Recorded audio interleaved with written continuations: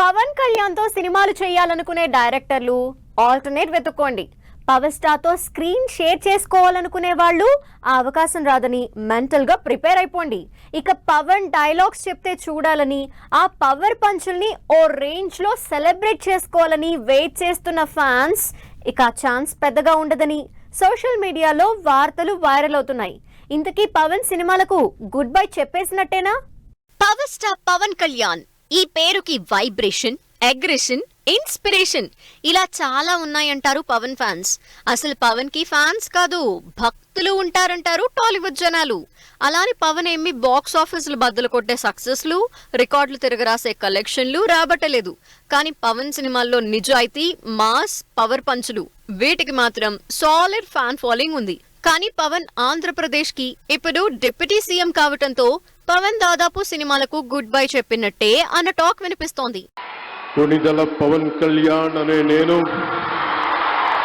శాసనం ద్వారా నిర్మితమైన భారత రాజ్యాంగం పట్ల నిజమైన విశ్వాసం, విధేయత చూపుతానని, భారతదేశ సార్వభౌమాధికారాన్ని, సమగ్రతని కాపాడుతానని, ఆంధ్రప్రదేశ్ రాష్ట్ర మంత్రిగా నా కర్తవ్యాలను శ్రద్ధతో, అంతఃకరణ శుద్ధితో నిర్వహిస్తానని, భయం గాని, పక్షపాతం గాని, రాగద్వేషాలు గాని లేకుండా రాజ్యాంగాన్ని, శాసనాలని అనుసరించి ప్రజలందరికీ న్యాయం చేకూరుస్తానని దైవ సాక్షిగా ప్రమాణం చేస్తున్నాను.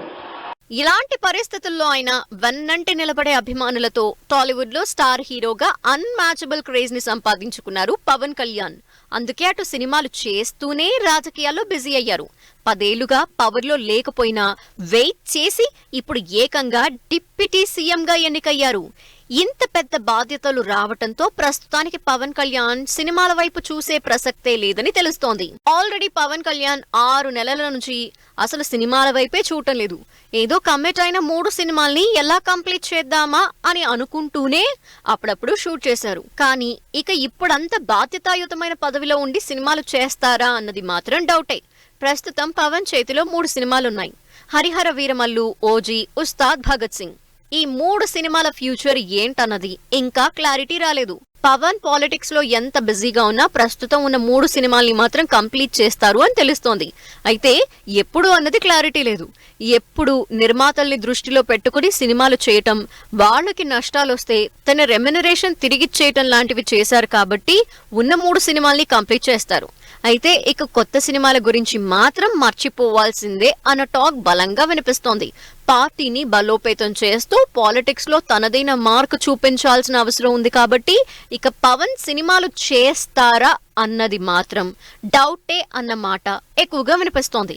అందుకే పవన్ తో సినిమాలు చెయ్యాలనుకునే వాళ్ళు ఇక ఆ ఆశల మీద నీళ్లు వదులుకోవాల్సిందే అని తెలుస్తోంది.